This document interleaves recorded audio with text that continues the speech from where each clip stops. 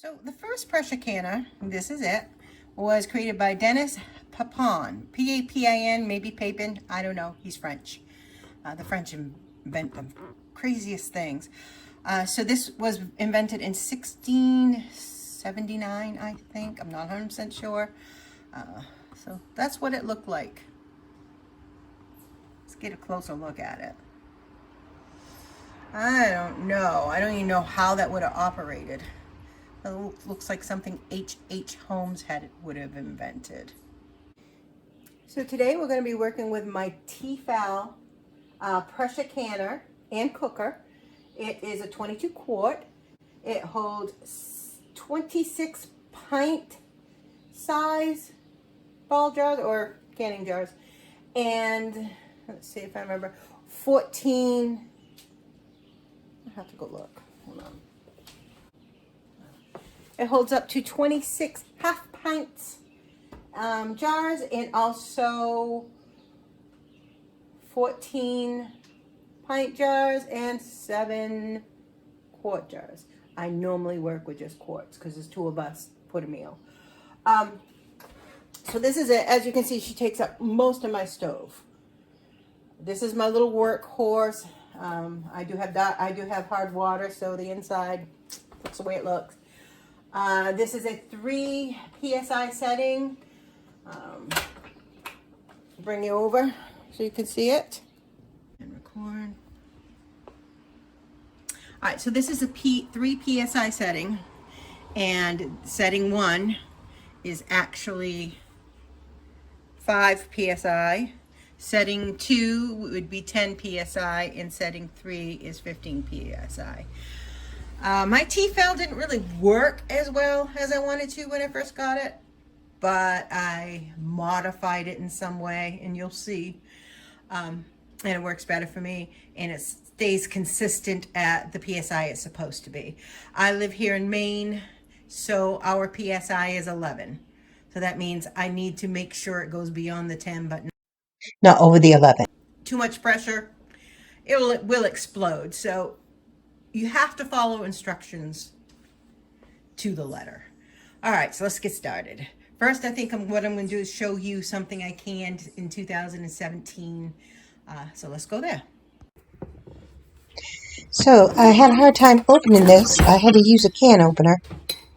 So this is a carrot that's been canned since 2017. It looks like a carrot, and it smells like a carrot. I'm going to be brave. Taste it. Tastes like a carrot. It's successful. Because I had to pry that. If you can pull that off easy, it's not good. It's not good to store. Good to, if you just did it, it's good to put it in the refrigerator and eat it tomorrow, but not good to store. And when you open a can, you should look at the cover. If there's mold on it, throw it away. That's not mold. That's just the stuff that's been inside the jar when it was cooking. Do not reuse the covers. You do not want to play potluck roulette. So this is the inside of my Tefal. As you can see, this is the water line. We do have hard water. This isn't dirty. I just have very hard water. But she is my workhorse, so to me it doesn't matter. But so the fill line, that dark line there, that is how much water you put in for canning. And I have, as you can see, like I said, I have used it a lot. This is a very good canner, but she does have some issues. And this here, you're going to have to put in the bottom so that the jar is not sitting directly at the bottom of the pot. This will keep it from getting too hot and bursting. So I can fit 7 quart jars in here, and I usually work with quart jars anyways.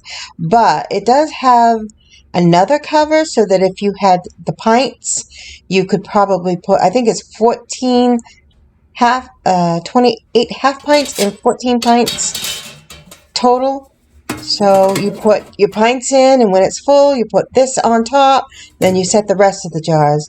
But like I said, I only work with quarts. You'll find vinegar very important in this process. I pour vinegar into the Tefal before I put the jars in. It does help with cloudiness on the jars. You get more of a clear, clean jar. Of course, unless something explodes, that's a different story, and that does happen.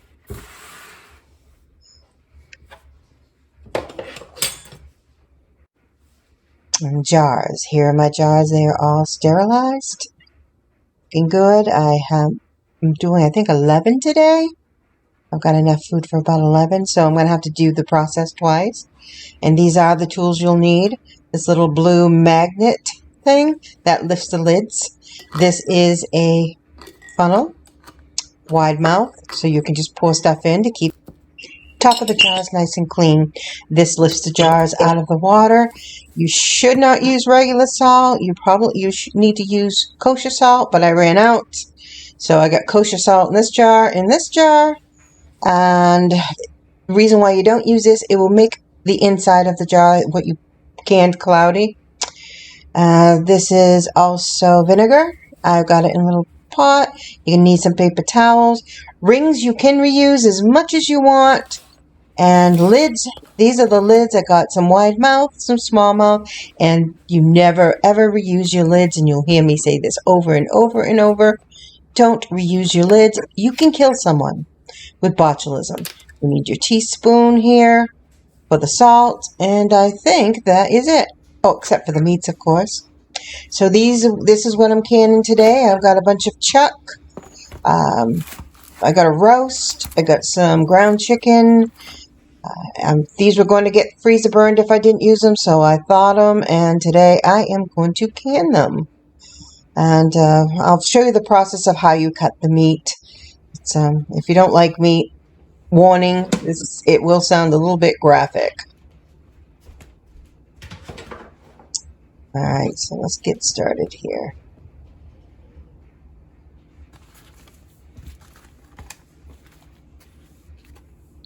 So this meat is extremely fatty, as you can see. Fat is an enemy to your canning. If you like fat, set it aside. You can cook it, do whatever you want with it. I make a broth out of it. But do not put this fat in your jar, because what will happen is it will get too fatty, and when it boils inside, the fat will get up over the lids of the jar, and then you're not going to get a nice seal. So if you want successful canning, get rid of this fat. And as you can see, not very much fat on this one, so I'm just going to try to cut it, all the fat out, but sometimes it's a little bit hard. This is broth, and again, no fat in your broth either. That's just plain old broth. All right, so let's get this meat cut. It's always fun, huh? This is it's a long day if you're going to be canning. You've got to stay by the stove, so it's a good day to clean your kitchen and do all kinds of stuff. Stay out in your kitchen, though. All right, so canning, what is that? Nice and clean. Hold on. Ooh, there's something there. Oh, no, just paint. Okay, so let's get her cut.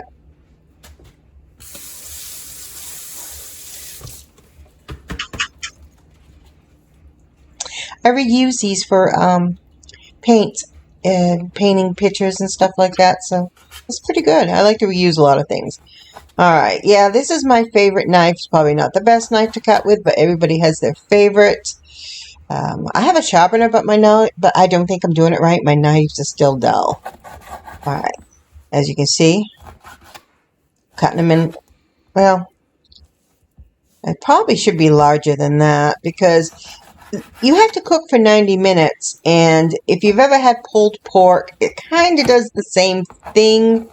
It's very shreddy, so the bigger the chunks, the better it is. The stuff that I'm canning today, I would definitely use for, like a gravy and beef, over noodles, over rice, with potatoes. It takes 3 seconds to open the can, probably 5 minutes to heat it, and you have a meal right there. So if you work all day and you come home, canning your food is wonderful. It's a good idea. All right, let's clean this up. Kitchen's starting to look like a nightmare here. Being clean while you're cooking is very important. A couple areas in this video I probably should have cleaned up first before. I got so involved in the process of this that I should have probably wiped up something, especially after I cut some stuff. I should have taken the knife off the cutting board and all of that. But, I'm just trying to show you.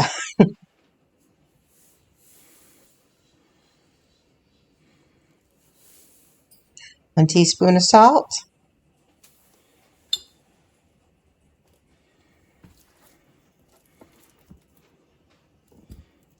Oops. Use your wide mouth. That just keeps the jars clean. You're going to clean them anyways when you're done. Sometimes, but it just keeps the top of your jar clean, which of course, as I said, is important. I fill mine, I don't fill mine to the top because I really enjoy having more liquid in there to help, with the base of a gravy. So that's why I use the quart. I could probably cook these in pints, but when I do it this way, if there's less overflow. I've had jars overflow and it's not fun. So by using the quart jar, filling it halfway, you do never fill it over the top of the lid, just under that little, there's like a little rim, just under it before you get, it's easy to show you in another view. But yeah, never fill it ever over the top.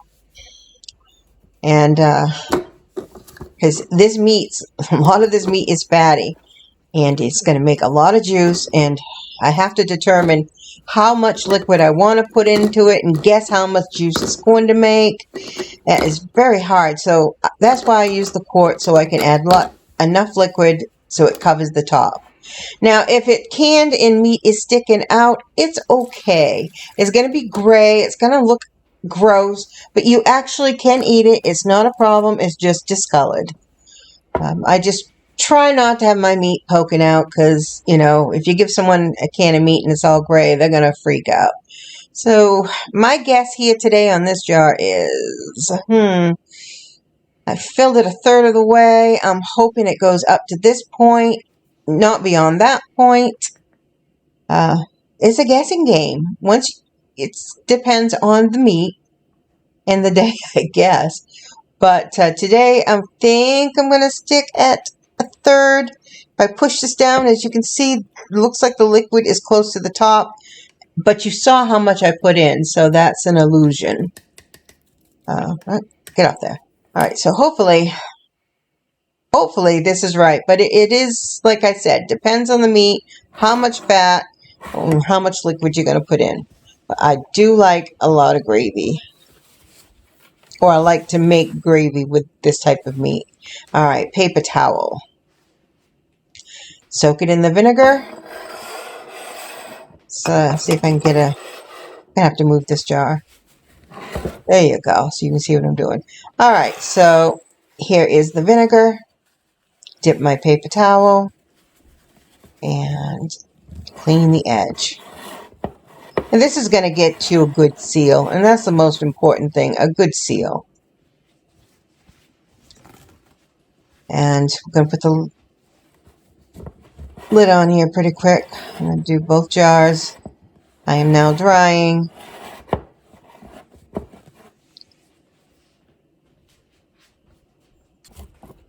Now you need to actually take something, and I use the end of my spatula, and you want to get the air bubbles out. It's really important to get the air bubbles out.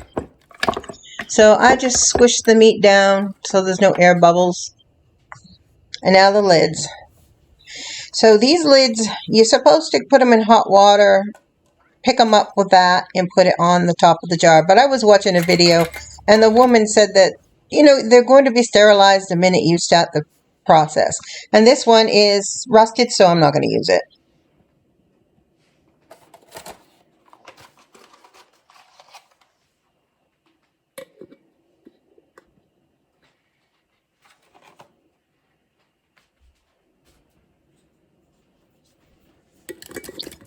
So you want to put these on finger tight. You just gently. You don't put it very tight. Just enough so that it's, a couple turns and you don't wrench. Because I wrenched too hard once and I bent the lid. There's a lot of pressure going on in that Tefal. Stuff that we don't see. Alright, so the cover. Right here, as you can see, is a little tiny triangle. On the handle, there is a triangle right there. Let's see if I can get a better view. Okay, let's, if I can get the camera on there. Hold on. got a little baby cat. Oh, there you go. If you could see that triangle right there, you line them up, and that slides right on. All right, so this is your gauge. The steam comes out of there, and when it starts to pressurize, that little red button in there will pop up. Right now, it's recessed inside, so you can move this lid, you can open it, take it off, do whatever you want while it's heating up. When that red button pops up, you're not going to be able to open that. It's a safety feature, which is wonderful. All right, so I got the steam coming. Now, people say when you see a lot of steam, you start to put your pressure on, like the 1, the 2, the 3, equals 5, 10, and 15. This is how you want it to look. And once it starts to look like that steam, wait another 15 minutes before you turn it on. So I have waited the 15 minutes. Now, I was told you're supposed to go to 1, the 5, and then once that pressurizes, you go to the 10. But I was having issues with reaching the PSI that I needed, which in my area is 11. And you can find that on Google with the Food Drug Administration and the canning process. Follow that to the letter. So someone said, and then another video said, just put it right on to the pressure that you need. I don't have an 11. I have 5, 10, and 15. So what you do is you let it reach to the 10, and then once, you've got your burner on high. I should have told you that. You start out with your burner on high. Once it gets to the 10, you just wait till it rises to the 11, and then you turn it to medium. That little red button is your locking mechanism. It is recessed. Once it starts to pressurize, it will pop up. You will not be able to open this at all. You will not be able to slide the handle that way. It's locked. So here's my issue with this Tefal in particular. I don't know if they're all like this. I can never get it to get over 10 on high. I mean, I can, I guess, but it takes a long time. And it's cooking in the jar for 90 minutes as it is. And half an hour later, it's still not at 10. Now you've got this cooking for longer than the 90 minutes. So what I do is something a little different, kind of odd. I probably should have sent this back because it leaked at first and there was a lot of issues, but I'm one of those people that kind of lazy and hate sending things back, so I will modify or fix it. So what I decided to do is I grab a piece of tape, good strong tape, medical tape, doesn't matter, and I put it on the back here, and then with the handle I pull it forward to where I think one might be, and then I tape it on the other side. And one would be probably right about there. And now I get to the pressure that I need to be at, which is 11, almost immediately. And once I see 11, I turn the heat from high to medium, and it does stay at 11 psi throughout the whole thing. And that's a weird way to do it, but it's the only way that I can get this to where I need it to be. I probably should have returned it, but I am just so lazy about returning things. So I worked around it, and that's how I get my Tefal to work. Hopefully yours will work better. But if you don't have a Tefal and you have the American, that's probably one of the best brands out there. You're looking at a lot of money. And no matter what canner that you are using, the process of putting the cans into your canner and you're preparing everything is all the same. It's all the same. You sanitize the jars, you put the meat in the jars, you make sure the top of the lid is clean, you put your lids on, you put them in your canning system, whichever one you're using. Mine's the Tefal. The American brand is the best. It's called the American brand, but they're very expensive. As long as you follow that process, you're going to have a successful canning. All right, good example of what I mean. The tape is still on there, and it is taped at, as you can see, the 11, just one little line over the 2. And now it is holding steady at 11 with with medium heat. And now I'm just going to continue to keep my eye on it and make sure it doesn't go below 11 psi, which again is for my area, because if it does, I have to start this process of canning all over again.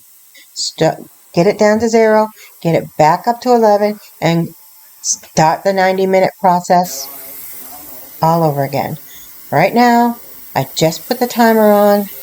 Let's keep an eye on it. And do not go below 11 or higher than 11.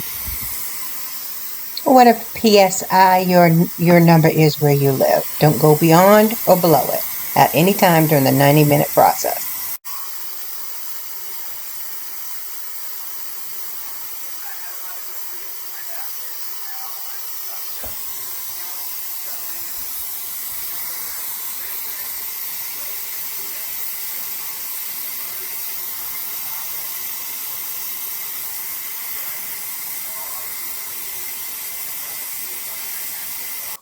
Alright, I'm at my 90 minutes. I have shut it off. I'm going to cut this off, and I'm going to slowly let the air leak out until I don't hear any noise. And I'm going to move it down to the 1. And then I'm going to wait until all the steam comes out. And then I'm going to bring it down to the little steam button. It looks like popcorn, but it's actually the steam button.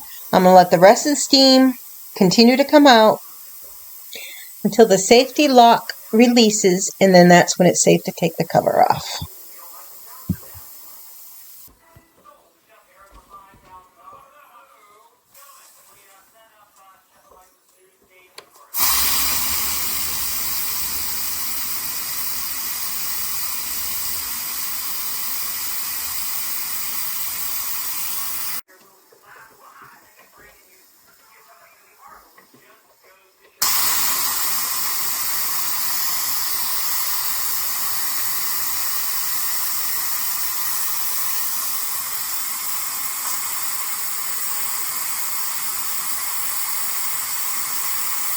Good question. I like that question. Alright, so I shut it off. And the safety lock has finally popped. So what I do, you're going to open it up away from you. So I always open it up a little bit, let some steam out, just a little, not much. You don't want to burn yourself. I just let it kind of vent. It just kind of saves my arms from being burnt. And now I am going to lift it up, but away from me. See how I didn't put it near me? And then we're just going to put that someplace where we don't hurt ourselves. And there you go. Look at that.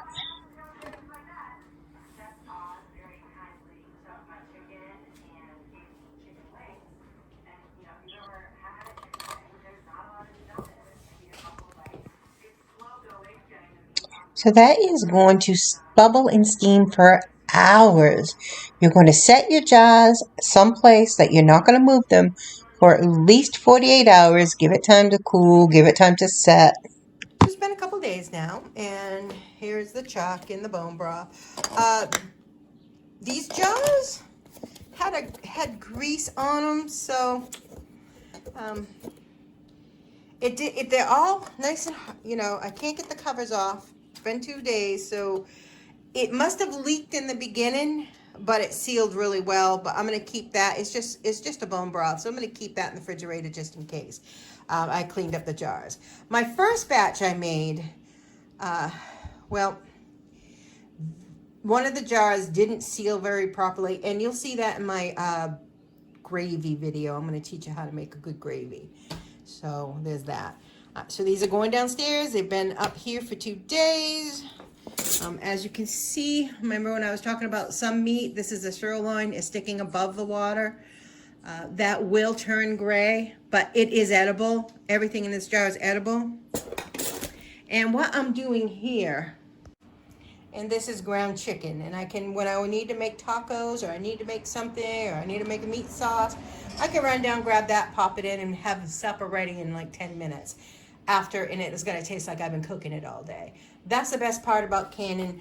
You're not taking up space in your freezer. You're not throwing away food that will get freezer burnt if you don't eat it. This, I wouldn't go beyond 2 years. I've heard from other videos that you can eat these 5 years later. Most likely you could, but I don't go beyond 2 years, and that is why I toss the carrots. All right, so thank you for watching. I really do appreciate it. Like, subscribe, and share. Have a beautiful day, guys. Bye-bye.